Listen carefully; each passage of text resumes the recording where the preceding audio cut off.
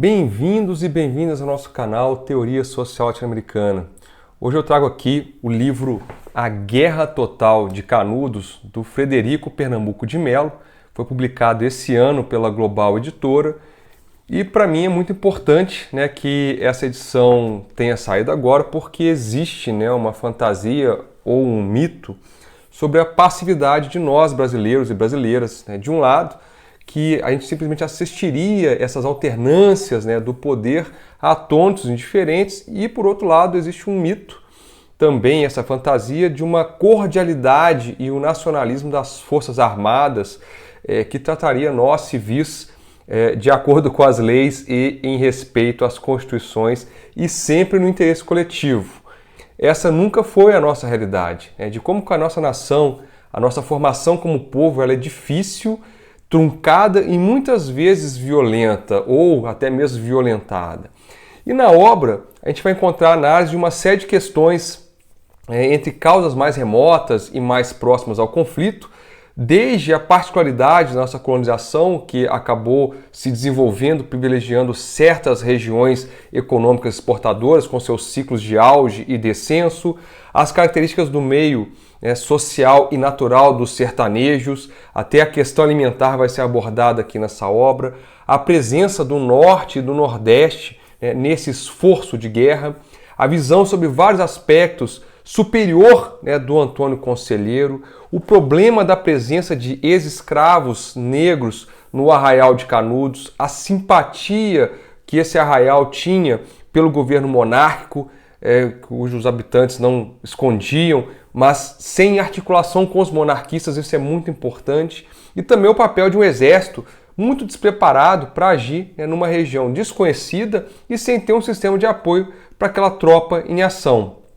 E Canudos traz em toda a sua crueza aquilo que o Euclides da Cunha e depois o Jacques Lambert vai chamar, do ponto de vista mais sociológico, a existência de dois Brasis com múltiplas feições. Então você teria de um lado um Brasil litorâneo, moderno, capitalista e educado, e do outro lado um Brasil que seria aquele interiorano, sertanejo, tradicional e místico. E ao mesmo tempo, Canudos revela outra faceta da sociedade brasileira, esses dois Brasis, num nível um pouco mais sociológico.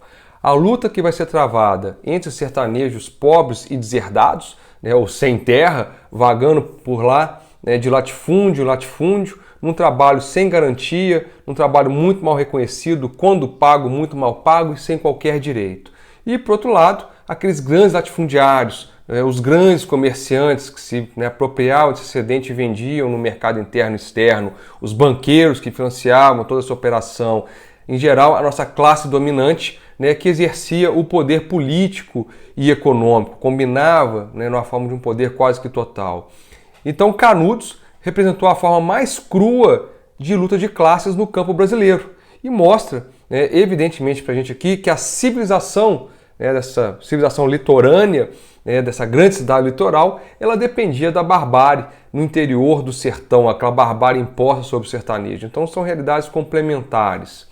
A nossa transição do Império à República, ela nunca foi tranquila. A gente sempre acha que foi um processo muito simples, que o Dom Pedro II simplesmente se afastou e os militares deram aquele golpe sem maiores problemas e a coisa seguiu numa tranquilidade, no que a gente chama de República Velha, depois passa para um governo civil e não teve grandes sobressaltos.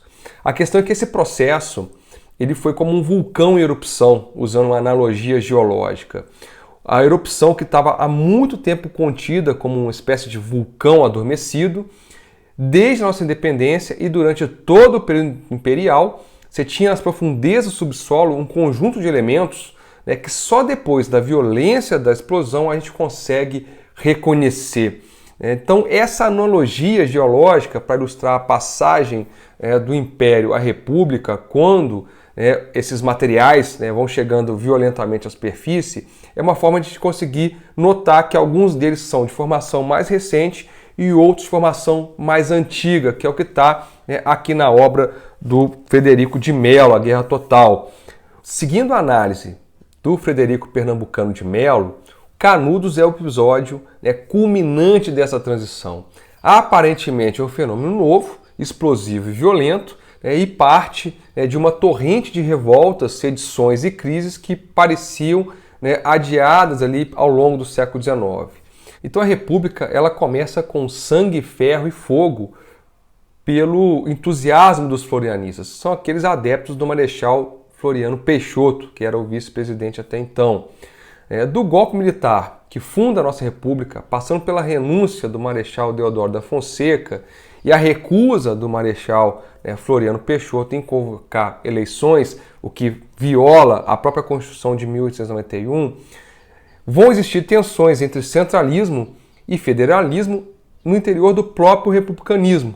Então aqueles são adeptos de um governo central mais forte, no caso da figura do Floriano Peixoto, e aqueles são adeptos de maiores poderes para as regiões do país. E ainda em 1891 a gente tem a revolta armada no Rio de Janeiro, que vai ser derrotada, mas ela se desloca para o sul do país, principalmente para o Rio Grande do Sul, e ali você tem o início da revolta federalista que vai entre 1893 a 1895. Então as disputas entre os maragatos, que são os federalistas, e os pica-paus, os republicanos, vão deixar ali no Pampa, segundo Melo, uma herança amarga aí de 10 mil mortos, bastante coisa. Os florianistas, eles fizeram do nome do Marechal, que era vice-presidente da República e assim se definiu por muito tempo, o que aqueles cronistas de época pintaram como a palavra de ordem da desordem. Ou seja, se observava prisões sem processo, fuzilamentos sumários, as degolas que caracterizaram de parte a parte as pelejas verificadas nesse período de um modo particular por uma repressão desencadeada ou inspirada pela presidência da República, que é alongada em quartel. Algo que está aqui na obra que eu acho muito importante é que o misticismo ou o milenarismo ele vai ser assanhado por um regime que pregava a separação entre Estado e Igreja, ou seja, a construção de um Estado laico. Então isso introduziu aí o casamento civil, a secularização dos cemitérios, os registros de nascimento e óbito passam a ser tarefa do Estado e não mais da Igreja. Então isso desatou um descontentamento numa sociedade que vinha marcada por uma união entre o trono e o altar. O messianismo ele não vai se dar só em Belo Monte de Canudos, com Antônio Conselheiro, no nordeste da Bahia, mas também a gente vai ter uma versão dele no Juazeiro, com o padre Cícero Romão Batista, ao sul do Ceará, que vão ser os focos mais conhecidos e que está tratado aqui no livro. Também no Pernambuco, com o certo José Guedes, nas terras do Bom Jardim, e em Minas Gerais a gente vai ter no Paraná e também no Rio Grande do Norte. Por todo o país vão eclodir focos de misticismo que vão ser voltados a deter a fome dessas massas e essa laicização do cotidiano e vão servir ainda pretensamente para salvar as almas para Deus. Tudo sob o pano de um fundo de um monarquismo platônico, a nostalgia da aliança tradicional entre o trono e o altar, entre o Estado e a Igreja, e mesmo os supostos bons tempos da existência singela e abundante do período colonial. Então, o que o autor trata aqui? Por que é importante esse período, essa discussão que ele traz? Que o misticismo é aquele tipo de doutrina que anuncia, cada um à sua maneira, o de Canudos foi um deles, a chegada ou o retorno a uma era de felicidade e perfeição.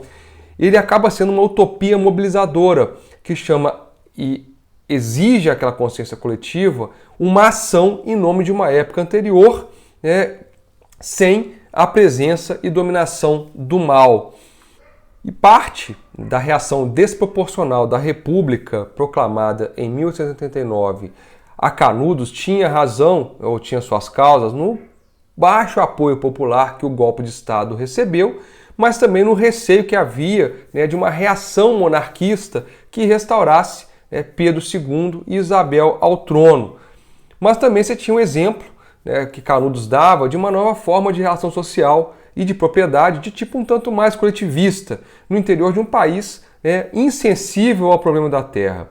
E Canudos foi o ponto alto desse tipo de movimento sociopolítico milenarista. É uma vila que foi erguida na Caatinga com mais de 30 mil habitantes, com 6.500 casas levantadas em não mais do que 4 anos. E em 1887, quando ela foi destruída, era o segundo maior ajuntamento urbano da Bahia, e, por exemplo, Salvador tinha ali por volta de 200 mil habitantes, e outro exemplo que a gente pode dar aqui, que está na obra, Recife, com todo o seu esplendor cultural e econômico, não passava de 100 mil habitantes. Então era um agrupamento social urbano bem representativo. A guerra vai de outubro de 1896 ao início do mesmo mês de 1897. Do lado do exército, você tinha um corpo mal equipado e ainda desfalcado pela crueza da ação no sul, na Guerra Federalista, e teve 5 mil mortos. Cerca de um terço de todo o seu efetivo foi perdido ali. E do outro lado, você tinha Canudos na ação contra os habitantes, e a destruição foi completa, sumindo na fumaça da bala, do querosene, da dinamite e da dispersão sem destino, especialmente de crianças e adolescentes, não menos que 20 mil brasileiros do então chamado Sertão do Norte. E o título do livro, A Guerra Total, não é uma adjetivação para efeito de estilo, como diz o Melo, total é a guerra absolutamente sem quartel, sobre a qual se abate a presunção de chumbo de que todos sejam combatentes, homens e mulheres, meninos e velhos, válidos ou inválidos, em que todos são alvo, portanto, ninguém é aceito como inocente. Então a gente vê que a guerra total, essa transformação de civis em alvo, é algo que começa na história muito cedo, e violando os tratados internacionais da época. A obra do Melo, ela abre uma série de interpretações, ou como ele mesmo diz, ela traz mais pontos de interrogação do que de exclamação, de afirmação, por isso o conflito do Nordeste da Bahia, o fim da escravidão e a queda do Império, segundo ele, são apenas parte da nossa entrada avermelhada no século XX, e além de ser parte de um processo de integração à nação, de um contingente importante da nossa sociedade brasileira. Por isso mesmo que é um livro importante, muito prazeroso de ser lido, muito bem escrito, tem uma série de fotografias que eu vou colocando aqui, fui colocando aqui ao longo do vídeo, e eu recomendo muito a leitura dele. Eu, quando recebi, fiquei bastante animado. Novamente aqui eu agradeço a Editora Global por ter me proporcionado essa leitura e essa parceria, e eu vou gravar mais alguns vídeos sobre alguns capítulos que eu achei muito interessantes dessa obra. Então um abraço e até o nosso próximo vídeo.